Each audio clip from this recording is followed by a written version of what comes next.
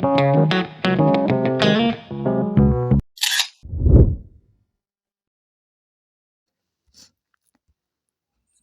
साथियों, आप सभी का स्वागत है डिजिटल दिल्ली चैनल पर। ईडब्ल्यूएस डीजी कैटेगरी के एडमिशन को लेके आप लोग परेशान थे कि रजिस्ट्रेशन फॉर्म कब तक आएगा। तो रजिस्ट्रेशन फॉर्म के लिए नोटिफिकेशन आ गया है, जैसे कि आप स्क्रीन पे देख पा रहे होंगे कि 20 फरवरी 2026 का नोटिफिकेशन है, जो कि सर्कुलर रिलीज़ कर दिया गया है ईडब्ल्यूएस 2026-27 सीज़न के लिए। तो नोटिफिकेशन में क्या-क्या बताया गया है, सारी इन्फॉर्मेशन मैं आपको देने वाला हूँ। वेबसाइट ऑलरेडी चेंज कर दी गई है डायरेक्टर ऑफ एजुकेशन की, तो इससे रिलेटेड भी इन्फॉर्मेशन मैं आपको आगे देने वाला हूँ। आपको रजिस्ट्रेशन फॉर्म किस तरीके से फिल करना है, सारी इन्फॉर्मेशन आपको आगे मिलेगी। तो देखिए, जो ईडब्ल्यूएस और डीजी कैटेगरी के रजिस्ट्रेशन होते हैं, तो वो 2009 का एक्ट है आरटीई का, उसके अगेंस्ट साथ में 25% सीटें रिजर्व होती हैं प्राइवेट स्कूलों के अंदर। तो यहाँ पे प्री स्कूल, नर्सरी और प्री प्राइमरी केजी क्लास 1 के लिए एडमिशन मिल जाता है। और एक होता है ईडब्ल्यूएस फ्रीशिप, जिसमें सेकंड क्लास से लेकर 9th क्लास तक के बच्चों का रजिस्ट्रेशन करा के आप अपने बच्चों को फ्री में शिक्षा दिलवा सकते हैं। तो ये हो गया आपका, यहाँ पे 25% सीटें रिजर्व होती हैं। तो इस नोटिफिकेशन में आगे डिटेल में क्या दिया गया है, तो हम सारी क्लॉज इसके पढ़ने वाले हैं, और जिससे कि आपको आसानी रहे और आप आसानी से अपने बच्चे के लिए रजिस्ट्रेशन फॉर्म फिल कर पाएँ। तो सारी इन्फॉर्मेशन आपको पहले से पता होनी चाहिए।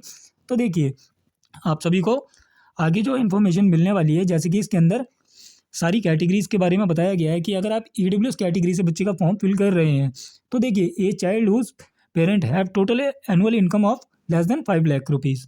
तो देखिए, जो भी बच्चे का आप रजिस्ट्रेशन फॉर्म फिल कर रहे हैं, तो उसके परिवार की जो सालाना इनकम होनी चाहिए, वो 5 लाख रुपए सालाना से कम होनी चाहिए। अगर आपके परिवार की सालाना इनकम 5 लाख रुपए से कम है, तो आप यहाँ पे ईडब्ल्यूएस कैटेगरी के तहत रजिस्ट्रेशन करके अपने बच्चे के लिए आवेदन कर सकते हैं। तो देखिए, इसके लिए आपको जो डॉक्यूमेंटेशन होती है, डॉक्यूमेंट आपके क्या लगने वाले हैं, जैसे कि आप इनकम सर्टिफिकेट लगा सकते हैं। इसके लिए आप अपने बच्चे का ईडब्ल्यूएस कैटेगरी से फॉर्म फिल कर रहे हैं, तो आप इनकम सर्टिफिकेट बनवा के लगा सकते हैं। तो इनकम सर्टिफिकेट से लेके भी कुछ अपडेट दिया गया है नोटिफिकेशन के अंदर, तो मैं आपको वो आगे बताने वाला हूँ नोटिफिकेशन में। आप तो पूरी वीडियो को ध्यान से देखें, बिल्कुल भी वीडियो स्किप ना करें। अगर आप स्किप करते हैं तो कुछ इंपॉर्टेंट इन्फॉर्मेशन आपसे मिस हो सकती है। तो आप यहाँ पे वीडियो स्किप ना करें, ध्यानपूर्वक देखें, सारी जानकारी समझें।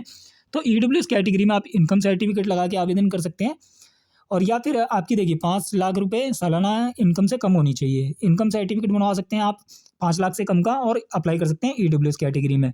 या फिर आपके पास बीपीएल राशन कार्ड हो या फिर एएवाई राशन कार्ड हो, तो ठीक है, आपके पास ये वाले राशन कार्ड होंगे तो भी आप आवेदन कर सकते हैं। और आपका जो पीआर राशन कार्ड होता है, जो कि फूड सिक्योरिटी कार्ड होता है, उसके बारे में आगे डिटेल दी गई है, तो उससे भी रिलेटेड हम बात करने वाले हैं। तो देखिए, ईडब्ल्यूएस कैटेगरी में 5 लाख एनुअल इनकम होनी चाहिए। आपकी 5 लाख से कम होगी तो आप यहाँ पे रजिस्ट्रेशन करके अपने बच्चे को यहाँ पे फॉर्म में फिल कर सकते हैं। और किसी बच्चे का अलॉटमेंट हो जाता है तो वो निःशुल्क पढ़ पाएगा किसी भी प्राइवेट स्कूल के अंदर। यहाँ पे आप ईडब्ल्यूएस कैटेगरी के तहत रजिस्ट्रेशन कर पाएंगे। अब देखिए, सेकंड कैटेगरी जो है यहाँ पे दी गई है, वो डीजी कैटेगरी, यानी कि डिसएडवांटेज ग्रुप।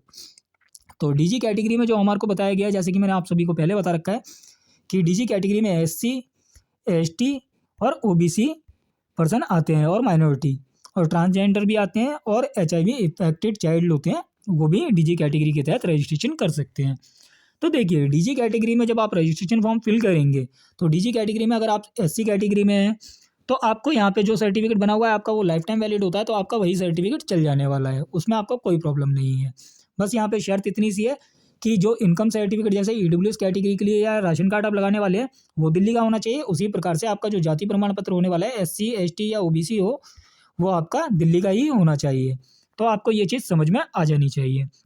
तो आप यहाँ पे इन डॉक्यूमेंट के माध्यम से डीजी कैटेगरी के तहत आवेदन कर सकते हैं। तो देखिए, यहाँ पे ईडब्ल्यूएस और डीजी कैटेगरी के लिए जो डॉक्यूमेंट लगने वाले हैं आपके, वो प्रॉपर दिल्ली के होने चाहिए, दिल्ली के ही सर्टिफिकेट बने होने चाहिए। आपका इनकम हो या एससी, एसटी, ओबीसी सर्टिफिकेट हो।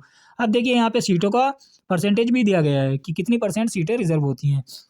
तो देखिए, ईडब्ल्यूएस कैटेगरी और डीजी कैटेगरी, 2 कैटेगरी हैं जो कॉमन रखी जाती हैं। तो दोनों कैटेगरी में जो हमारे पास सीट अवेलेबल है, वो हमारे को यहाँ पे 22% सीटें दी गई हैं। तो 22% सीटों पे एडमिशन होता है ईडब्ल्यूएस कैटेगरी में और डीजी कैटेगरी में। दोनों कैटेगरी को आप अच्छे से समझ सकते हैं। तो ये दोनों कैटेगरी में आपको 22% सीटें मिलने वाली हैं।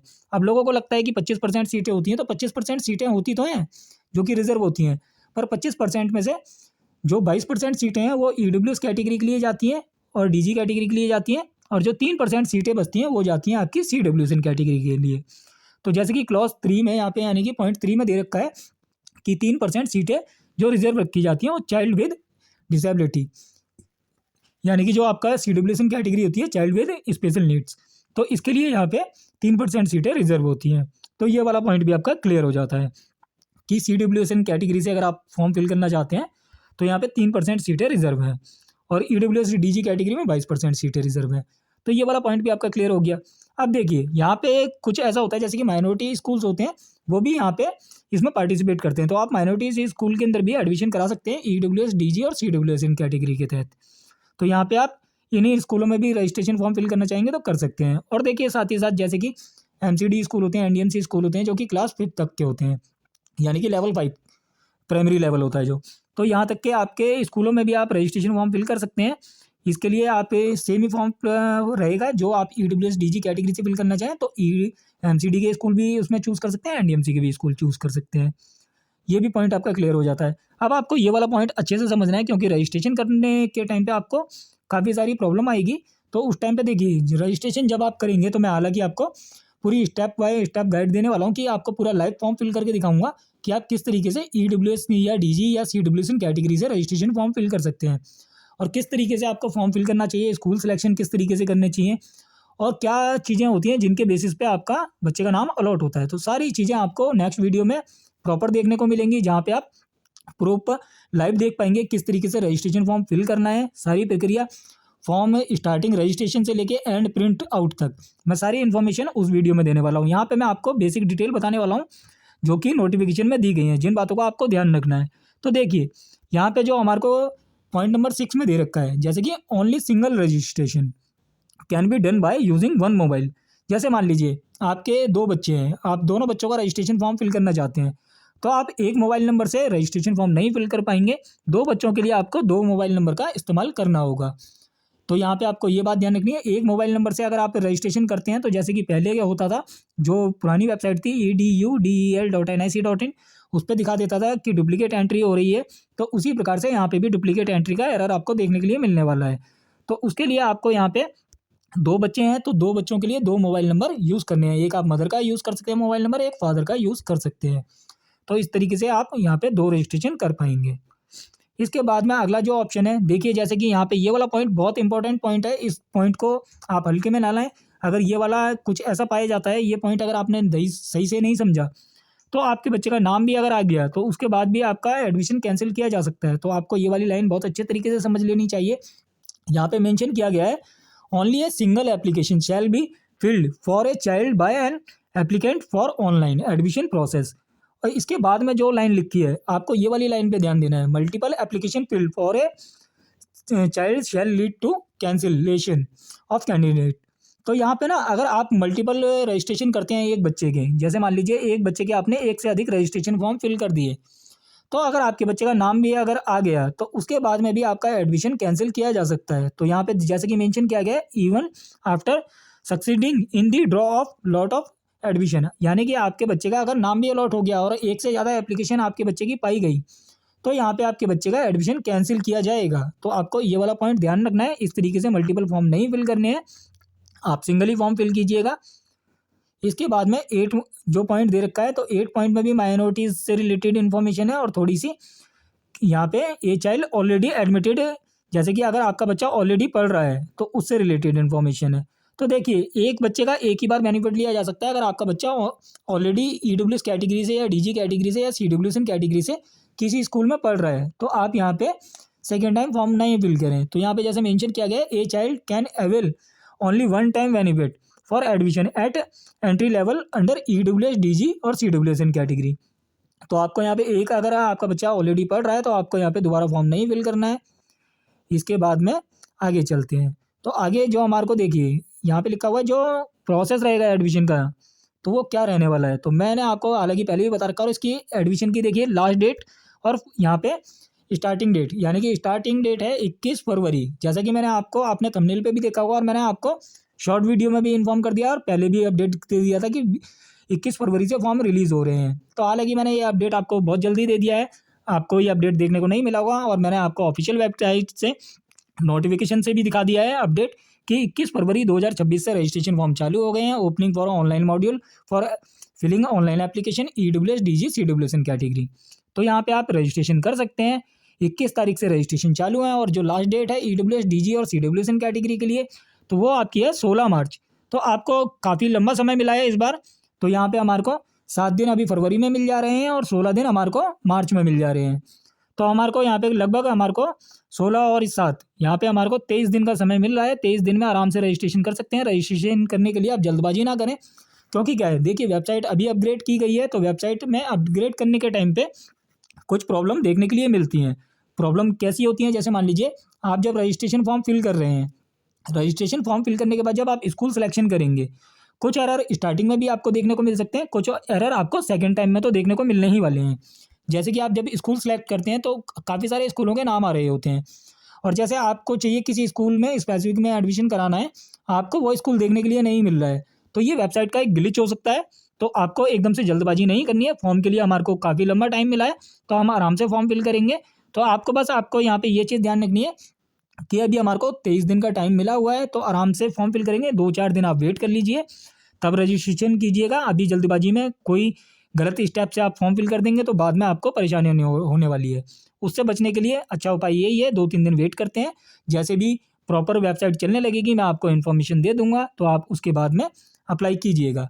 हालांकि मैं आपको रजिस्ट्रेशन प्रोसेस किस तरीके से अप्लाई करना है सारी चीज़ें आज ही सिखा देने वाला हूँ, कि आप किस तरीके से अप्लाई करेंगे, किस तरीके से आपको स्कूल सिलेक्शन करना है, एड्रेस फिलिंग किस तरीके से, क्योंकि जो एड्रेस वाला कॉलम रहता है उसी के बेसिस से आपके मोस्टली चांस बनने वाले हैं।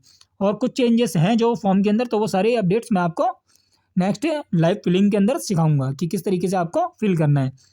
अब देखिए, जो हमारा 10वां पॉइंट है कि एनी पर्सन रेसिडेंसिंग इन दिल्ली। तो देखिए, अगर आप दिल्ली के अंदर रह रहे हैं तो आप यहाँ पे आपका जो सर्टिफिकेट होगा, इनकम सर्टिफिकेट, जैसे मैंने बताया आपको कि इनकम सर्टिफिकेट हो आपका, या BPL राशन कार्ड हो, या AOY राशन कार्ड हो, या आपका फूड सिक्योरिटी कार्ड जो कि PR राशन कार्ड होता है, तो आपके पास ये कोई भी डॉक्यूमेंट हो वो दिल्ली का होना चाहिए। आपका दिल्ली से ही इशू हुआ होना चाहिए आपका सर्टिफिकेट, और आपका जो कास्ट सर्टिफिकेट रहने वाला है वो भी आपका दिल्ली से ही इशू होना चाहिए। अगर आपका कास्ट सर्टिफिकेट जैसे कि SC ST या OBC सर्टिफिकेट किसी अदर राज्य का है तो वो आपका सर्टिफिकेट नहीं चलेगा। वो आपका जब वेरिफिकेशन होगी उस टाइम पे आपको मना कर दिया जाएगा एडमिशन के लिए। तो आपको इस बातों का ध्यान रखना है। जो भी आपके सर्टिफिकेट्स हों, जैसे कि आपका इसमें मेंशन भी किया गया है, इनकम सर्टिफिकेट इशू हो तो आपका रेवेन्यू डिपार्टमेंट से होना चाहिए, और राशन कार्ड जो आपके अप्लाई होते हैं या बनते हैं वो FSI से बनते हैं, यानी कि फूड कॉर्पोरेशन ऑफ इंडिया से बनते हैं, तो आप वहाँ से आपका राशन कार्ड बना हुआ आना चाहिए। और आपका राशन कार्ड, देखिए राशन कार्ड भी आपका ऐसा है कि राशन कार्ड को लेके अपडेट चल रही है, दिल्ली के अंदर कैंसिलेशन चल रहे हैं, उससे रिलेटेड मैं इन्फॉर्मेशन आपको आगे दे दूंगा। आगे क्या नेक्स्ट वीडियो बनाना पड़ेगा उसके लिए, वो लंबा टॉपिक है, क्योंकि उसमें कुछ क्राइटेरिया चेंज किए गए हैं। राशन कार्ड आपका हो सकता है, आपको चेक कर लेना है कि कहीं कैंसिल तो नहीं हो गया है, क्योंकि कैंसिलेशन हो रहे हैं राशन कार्ड दिल्ली के अंदर, तो आपको ये चीज़ चेक कर लेनी है। चेक करने के लिए मैंने वीडियो ऑलरेडी अपने चैनल पर डाल रखी है, आप राशन कार्ड का स्टेटस किस तरीके से देख सकते हैं, तो आपको उन वीडियोस को देख लेना है। उनका लिंक मैं आपको वीडियो के डिस्क्रिप्शन में दे दूंगा, किस तरीके से आप चेक कर सकते हैं कि आपका राशन कार्ड अभी एक्टिव है या इनएक्टिव है।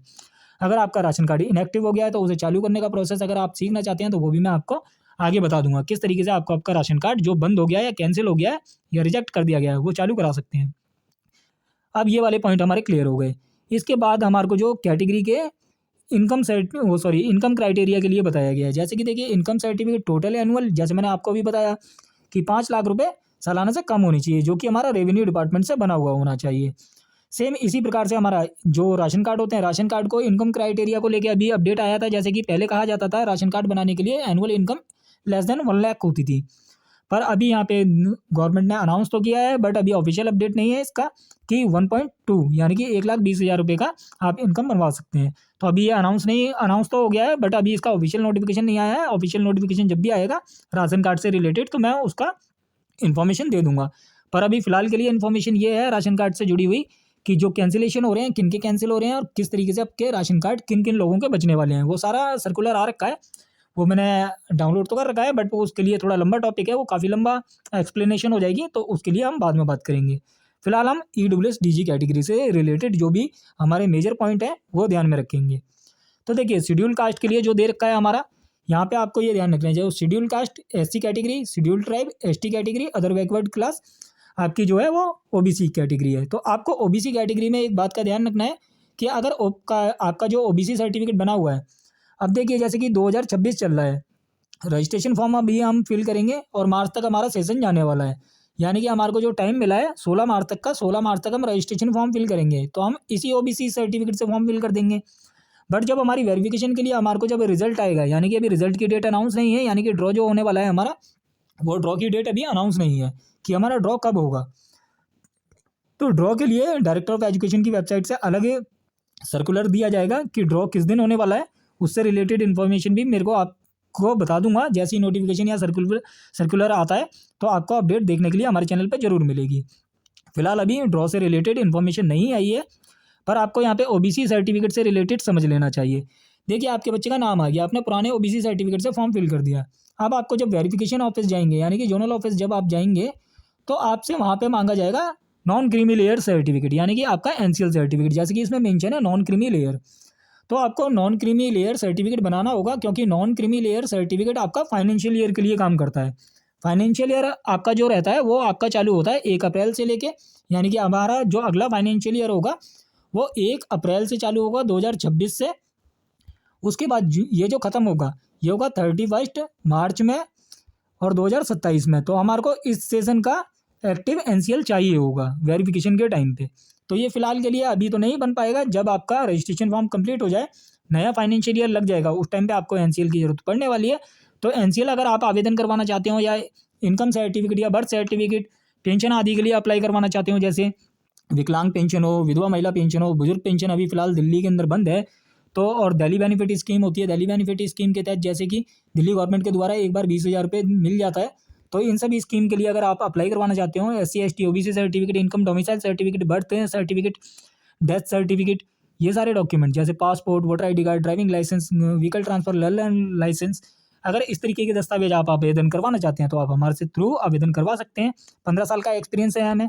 15 साल का एक्सपीरियंस का बेनिफिट आपको एक ये मिलने वाला है कि अगर आप हमारे थ्रू अप्लाई करवाते हैं तो आपके जो एप्लीकेशन पे ऑब्जेक्शन लगते हैं या फिर रिजेक्ट होती है आपकी एप्लीकेशन, उसके चांसेस ना के बराबर हो जाते हैं। किसी एक्सपीरियंस पर्सन से फॉर्म फिल करवाने का आपको एक बेनिफिट ये होता है, क्योंकि क्या है, आप कहीं से भी फिल करवाते हैं, जैसे जानकारी नहीं है, अगर आप वहाँ से फिल करवाते हैं, बाद में आपके सर्टिफिकेट अगर कैंसिल होते हैं तो फिर आपको प्रॉब्लम ज़्यादा होती है। जैसे मान लीजिए अगर आपने इनकम सर्टिफिकेट बनवाया और आपने उसी इनकम सर्टिफिकेट की पर्ची से फॉर्म फिल कर दिया और आपके बच्चे का स्कूल में नाम आ गया और उसके बाद वो सर्टिफिकेट कैंसिल हो गया, तो आपको यहाँ पे बहुत प्रॉब्लम होने वाली है, क्योंकि जोनल ऑफिस यहाँ पे वेरिफिकेशन क्लियर नहीं करेगा, आपको मिलेगा डिफिशियंसी मेमो। हालांकि डिफिशियंसी किस तरीके से शॉर्ट कर सकते हैं, डिफिशियंसी अपने एडमिशन से किस तरीके से हटाई जाती है, उनसे रिलेटेड वीडियो सिर्फ आपको यूट्यूब पे हमारे चैनल पे देखने को मिलने वाली है और किसी अदर चैनल पे देखने को नहीं मिलने वाली है आपको। डिफिशियंसी से रिलेटेड लास्ट ईयर मैंने 2025-26 में काफ़ी लोगों की हेल्प की थी कि किस तरीके से आप लोग डिफिशियंसी मेमो से सेफ हो सकते हैं, तो उस वीडियो को आप देख सकते हैं। अब आगे चलते हैं। देखिए, CWSN कैटेगरी के बारे में मैंने आपको बता दिया, CWSN कैटेगरी से लोग कम फिल करते हैं। बाकी अब एज क्राइटेरिया देख लेते हैं। तो एज क्राइटेरिया जो हमारे को दिया गया है, देखिए हमारा जो प्री स्कूल यानी कि नर्सरी के लिए हमारे यहाँ पे जो बच्चे की एज होनी चाहिए वो 3 साल से लेके 5 साल तक के बच्चे का आप नर्सरी क्लास में रजिस्ट्रेशन फॉर्म फिल कर सकते हैं। तो नर्सरी क्लास में आप यहाँ पे फिल कर पाएंगे, और जो आपके बच्चे की कंप्लीट एज होगी वो 1 अप्रैल 2021 से, मतलब यहाँ का बर्थ होना चाहिए जो 1 अप्रैल 2021 से लेके 31 मार्च 2023 इसके बीच का बर्थ होगा, तो यहाँ पे एडमिशन फॉर्म फिल कर पाएंगे आप नर्सरी के लिए। सेम इसी प्रकार से आप यहाँ पे देख सकते हैं जो प्री प्राइमरी है यानी कि KG क्लास है, किंडरगार्टन, तो इसके लिए जो हमारा एज क्राइटेरिया है वो है 4 से 6 साल का।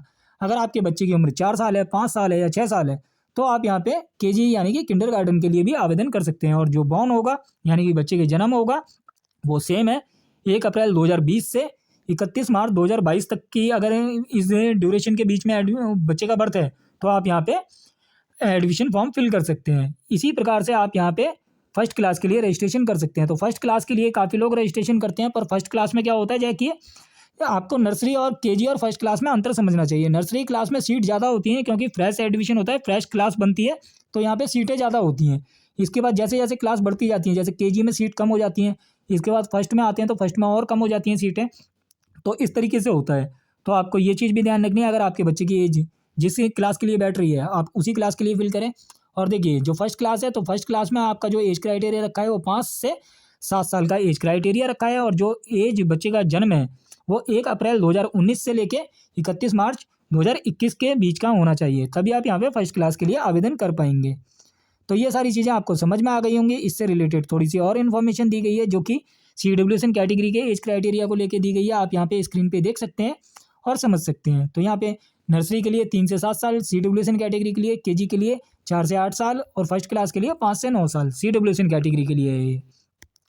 इसके आगे चलते हैं, हम देखिए आपके जो डॉक्यूमेंट्स लगने वाले हैं। तो डॉक्यूमेंट को लेके मैंने आपको पहले ही वीडियो दे रखी है काफ़ी सारी कि आप किस तरीके से डॉक्यूमेंट दे सकते हैं। तो देखिए proof of date of birth, यानी कि बच्चे का डेट ऑफ बर्थ प्रूफ क्या चलने वाला है। तो देखिए बर्थ सर्टिफिकेट आपका चल जाने वाला है। जो बच्चे का बर्थ सर्टिफिकेट होता है वो आप यहाँ पे लगा के यूज़ कर सकते हैं। बर्थ सर्टिफिकेट आपका यहाँ पे चिंतित नहीं होना है। आपका बर्थ सर्टिफिकेट अगर किसी दूसरे राज्य का भी होगा तो वो चल जाएगा, उसको लेके आपको परेशान नहीं होना है कि बर्थ सर्टिफिकेट दिल्ली का नहीं है। अगर आपका जैसे मान लीजिए हरियाणा से हैं आप, या आप किसी और राज्य से हैं, आपके बच्चे का बर्थ किसी और दूसरे राज्य में हुआ था पर आप अब दिल्ली में रह रहे हैं, तो बर्थ सर्टिफिकेट वही वाला चल जाने वाला है। बस बाकी आपका जो अगर जिस कैटेगरी से आप फॉर्म फिल कर रहे हैं, जैसे कि EWS से या DG से, तो जो इन EWS का सर्टिफिकेट होगा यानी कि इनकम सर्टिफिकेट होगा या राशन कार्ड होगा वो दिल्ली का होना चाहिए। और DG कैटेगरी में अगर आप अप्लाई कर रहे हैं तो आपका जो सर्टिफिकेट होगा SC ST OBC सर्टिफिकेट वो दिल्ली का बना होना चाहिए। तो यहाँ पे एज प्रूफ में देखिए आप अपने बच्चे का बर्थ सर्टिफिकेट दे सकते हैं। अगर आपके पास बर्थ सर्टिफिकेट नहीं है तो उसके बाद जैसे कि मैंने आपको पहले भी बता रखा है कि अगर आपके पास बर्थ सर्टिफिकेट नहीं है तो आप हॉस्पिटल का रिकॉर्ड दे सकते हैं। तो हॉस्पिटल का रिकॉर्ड आपके पास अवेलेबल होगा। अगर आपके पास हॉस्पिटल रिकॉर्ड नहीं है तो आप हॉस्पिटल रिकॉर्ड छोड़ के आपके पास जैसे कि आंगनवाड़ी होती है तो आंगनवाड़ी का अगर रिकॉर्ड अवेलेबल होगा, क्योंकि बच्चे के जब टीके वगैरह लगे होंगे तो आपको यहाँ पे आंगनवाड़ी का रिकॉर्ड मिला होगा, तो आप आंगनवाड़ी का रिकॉर्ड इस्तेमाल कर सकते हैं। तो ये आंगनवाड़ी का रिकॉर्ड भी आप बर्थ सर्टिफिकेट की जगह पे इस्तेमाल कर सकते हैं। ये बच्चे के एज प्रूफ में कंसिडर हो जाता है। या फिर होती है डिक्लेरेशन, जिसे अंडरटेकिंग भी कह सकते हैं आप। एक पेरेंट्स अपने द्वारा अंडरटेकिंग बनवाते हैं जिसमें मेंशन होता है कि बच्चे की करेक्ट डेट ऑफ बर्थ ये है, तो इस तरीके से आप अंडरटेकिंग दे सकते हैं। ये बच्चे के एज प्रूफ में चल जाएगी। तो एज प्रूफ के लिए डॉक्यूमेंट आपको समझ में आ गए होंगे। ये 4 डॉक्यूमेंट्स हैं जो कि यहाँ पे मेंशन किए गए हैं, बर्थ सर्टिफिकेट, हॉस्पिटल रिकॉर्ड या आंगनवाड़ी का रिकॉर्ड या फिर डिक्लेरेशन फॉर्मेट। तो ये 4 चीज़ें दे सकते हैं। अब देखिए प्रूफ ऑफ आपका इनकम सर्टिफिकेट जो कि आप EWS कैटेगरी में देने वाले हैं। तो देखिए आप यहाँ पे इनकम सर्टिफिकेट बनवा के दे सकते हैं जो कि आपका रेवेन्यू डिपार्टमेंट से बना हो। और रेवेन्यू डिपार्टमेंट में बना होने के साथ साथ यहाँ पे या तो ये SDM रैंक से बना हो यानी कि सब डिविजनल मजिस्ट्रेट ने बनाया हो या फिर आपका तहसीलदार ने बनाया हो। ये बात का आपको ध्यान रखना है। आपका इनकम सर्टिफिकेट इन दोनों रैंक में से किसी से बना होना चाहिए। हालांकि नोटिफिकेशन में मेंशन नहीं है पर आपको ये बात का ध्यान रखना है। तो SDM रैंक का आपका इनकम सर्टिफिकेट हो या तहसीलदार रैंक का हो। इसके बाद में आप देखिए मैंने आपको बता रखा है कि जैसे इसमें देखिए एक पॉइंट ये बहुत इंपॉर्टेंट मेंशन किया गया है कि आपका जो इनकम सर्टिफिकेट होगा ये वैलिड इनकम सर्टिफिकेट तो आपका लास्ट डेट से पहले का होना चाहिए। यानी कि आपका अप्लाई डेट चल जाएगी बट अप्लाई डेट के साथ आपका सर्टिफिकेट वही होना चाहिए। तो ये चीज़ आपको ध्यान रखनी है। इसके साथ ही साथ देखिए जैसे कि मेंशन किया गया है कि लास्ट डेट रजिस्ट्रेशन 16 तारीख को है, तो इसके बाद का जो 16 मार्च के बाद का वो होगा वो कंसिडर हो जाएगा। पर यहाँ पे सेम सर्टिफिकेट होना चाहिए आपका, जो आप पर्ची होगी इनकम सर्टिफिकेट की वही नंबर वाला सर्टिफिकेट होना चाहिए आपका, तो वो कंसिडर किया जाएगा। और अगर एनी जैसे कि मान लीजिए काफ़ी लोग क्या करते हैं पर्ची से फॉर्म फिल कर देते हैं और वो सर्टिफिकेट कैंसिल हो जाता है उनका, उसके बाद में वो दूसरा इनकम सर्टिफिकेट बना के देते हैं, तो वो यहाँ पे क्लियर मेंशन किया गया है कि एक्सेप्ट नहीं किया जाएगा। तो आपको ये बात का बहुत ध्यान रखना है। तो इसलिए मैं कह रहा हूँ कि अगर आप लोग इनकम सर्टिफिकेट के लिए आवेदन करवाना चाहिए SC ST OBC सर्टिफिकेट के लिए, तो आपको किसी एक्सपीरियंस पर्सन से ही फिल करवाना चाहिए। हमारे को 15 ईयर का एक्सपीरियंस है फॉर्म फिलिंग का, डॉक्यूमेंटेशन का, तो आप हमारे थ्रू आवेदन करवा सकते हैं जिससे कि आपके एप्लीकेशन के चांसेस कम हो कि आप मतलब ना के बराबर ही होंगे कि रिजेक्ट नहीं होगी आपकी एप्लीकेशन। तो ये चीज़ आपको ध्यान रखनी है। इसके बाद देखिए BPL राशन कार्ड और AAY राशन कार्ड और PR राशन कार्ड के बारे में भी यहाँ पे डिटेल दी गई हैं। तो ये भी आपके जो हों वो दिल्ली के ही बने होने चाहिए, जैसे कि इसके अंदर मेंशन भी किया गया है issue from GNCT of Delhi, तो यहाँ पे आपके दिल्ली का ही बना होना चाहिए। और देखिए इसमें ये मेंशन भी किया गया है कि valid income certificate, BPL ration card, AAY ration card, तो यहाँ पे ये चीज़ें आपकी वेरीफाई की जाएंगी। तो ये चीज़ आपको ध्यान रखनी है। जब इस टाइम पे आपके बच्चे का नाम अलॉट हो जाएगा उस टाइम पे आप वेरिफिकेशन के लिए जोनल ऑफिस जाएंगे जब, तो वहाँ पे वेरीफाई किए जाएंगे आपके डॉक्यूमेंट। तो आपको ये सारी चीज़ें पहले से चेक करके रखनी है। और अगर आप इनकम सर्टिफिकेट आवेदन कर रहे हैं या आपने पहले से बनवा के रखा हुआ तो बहुत अच्छी बात है। और अगर आप आवेदन कर रहे हैं तो अच्छे तरीके से फॉर्म फिल कीजिए। SDM ऑफिस में 10 बार कंफर्म कीजिए कि आपका इनकम सर्टिफिकेट एकदम ओके फिलिंग है या नहीं है, ताकि ऐसा ना हो कि आपने रजिस्ट्रेशन फॉर्म फिल कर दिया उसी पर्ची से और बाद में कोई प्रॉब्लम हो। तो इन बातों का आपको ध्यान रखना है। इसके बाद रेसिडेंस के लिए जो आपके डॉक्यूमेंट चलते हैं, तो रेसिडेंस के लिए भी मैंने डॉक्यूमेंट आपको पहले बता रखे हैं, हालांकि फिर मैं बता देता हूँ जो कि इसमें बताए गए हैं। पैरा 3 में आप राशन कार्ड दे सकते हैं, रेजिडेंस प्रूफ में डोमिसाइल सर्टिफिकेट दे सकते हैं बच्चे का, या फिर पेरेंट्स का आप डोमिसाइल सर्टिफिकेट दे सकते हैं यहाँ पे। इसके बाद में रेजिडेंस के लिए आपका जो एक document voter I D card भी चल जाने वाला है। ये जैसे कि मैंने आपको ये सारे डॉक्यूमेंट पहले भी बता रखे हैं कि ये सारे डॉक्यूमेंट चल जाते हैं। आप देखिए यहाँ पे जो मेंशन किया है, इलेक्ट्रिसिटी बिल, एमटीएनएल बिल और वाटर बिल। तो यहाँ पे आपको एक बात का ध्यान रखना है, सिर्फ यहाँ पे ये लिखा हुआ है कि इलेक्ट्रिसिटी बिल, एमटीएनएल बिल और वाटर बिल। पर अब जब आप जोनल ऑफिस में जाते हैं तो वहाँ पे प्रॉब्लम करते हैं। जैसे मान लीजिए मैं अपने बच्चे के लिए फॉर्म फिल कर रहा हूँ, बट मेरा जो बिजली का कनेक्शन आता है वो मेरी मदर के नाम से आता है, तो वहाँ पे ये कहते हैं कि कनेक्शन आपके नाम से नहीं है, फिर आपसे एफिडेविट मांगा जाता है। तो आप इन चीज़ों से बचें, आप इलेक्ट्रिसिटी बिल, एमटीएनएल बिल और वाटर बिल से बचें। इससे बढ़िया यही रहने वाला है कि आपके पास देखिए अवेलेबल तो है ही, जब आपके पास वोटर आईडी कार्ड है तो आप वोटर आईडी कार्ड लगा दीजिए, सबसे बेस्ट ऑप्शन है। और उसके बाद देखिए आप पासपोर्ट भी यूज़ कर सकते हैं, पासपोर्ट है तो वोटर आईडी कार्ड मोस्टली लोगों पे मिल ही जाता है, तो आप वोटर आईडी कार्ड का इस्तेमाल करें।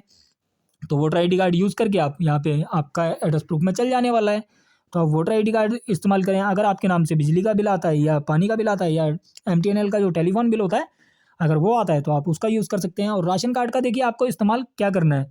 अगर आप राशन कार्ड के थ्रू आवेदन करते हैं तो राशन कार्ड के थ्रू अगर आप आवेदन करते हैं तो आपको एक बात का ध्यान रखना है कि राशन कार्ड में बच्चे का नाम भी होना चाहिए, यानी कि चाइल्ड नेम होना चाहिए, बच्चे की मदर का भी नाम होना चाहिए और बच्चे का फादर का भी नाम होना चाहिए, तभी आप राशन कार्ड के थ्रू आवेदन करें। वरना आप इनकम सर्टिफिकेट बना के ईडब्ल्यूएस कैटेगरी से आवेदन करें।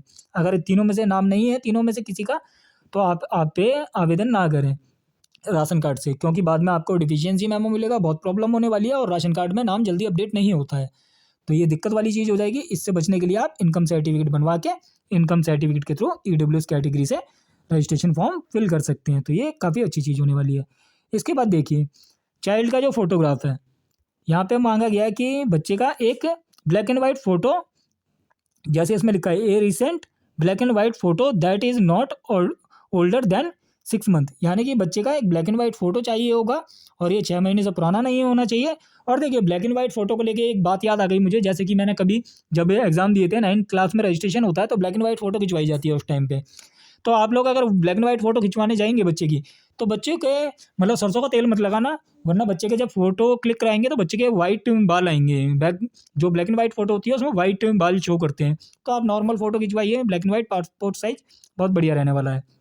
और इसका साइज़ जो रहेगा 20 KB रहने वाला है, 20 KB से 50 KB का साइज़ रहने वाला है। और जो पिक्सल साइज़ रहेगा वो विड्थ होने वाली है 350 और हाइट होने वाली है 450। तो देखिए फ़ोटोशॉप भी मेरे को अच्छे से आता है, अगर आप आवेदन करवाना चाहें तो इसके लिए भी फ़ोटो साइजिंग पूरा फॉर्म ही फिलिंग करवा सकते हैं आप हमारे से ईडब्ल्यूएस कैटेगरी का, तो इसके लिए भी आप हमारे से कांटेक्ट कर सकते हैं। अब देखते हैं आगे जो नोटिफिकेशन में डिटेल दी गई है। तो देखिए यहाँ पे डोनेशन किसी प्रकार का नहीं मांगा जाएगा, जैसा कि यहाँ पे मेंशन भी किया गया है कि किसी प्रकार की आपसे डोनेशन या फीस नहीं मांगी जाएगी। और जब बच्चे का नाम अलॉट हो जाता है, कोई स्कूल में बच्चे का नाम आ गया, उसके बाद यहाँ पे देखिए स्कूल से आपको जो मिलेगा वो बुक्स फ्री मिलने वाली हैं। अगर बुक्स स्कूल फ्री नहीं दे रहा, बहुत सारे स्कूल हरामखोरी करते हैं, नहीं देते हैं बुक्स, ड्रेस नहीं देते हैं, राइटिंग मटेरियल नहीं देते हैं, तो आप जोनल ऑफिस में कंप्लेंट लगाएं स्कूलों की। कंप्लेंट लगाने से एक बेनिफिट ये होने वाला है कि आपको ये सारी चीज़ें स्कूल फ्री में देगा।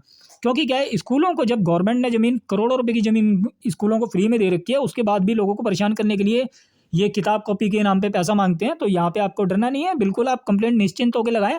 कंप्लेंट अगर लगानी हो, फॉर्मेट चाहिए हो, मेरे को आप कमेंट करें, मैं आपको पूरा फॉर्मेट देने वाला हूँ, किस तरीके से आपको कंप्लेंट लिखनी है, किस तरीके से लगानी है।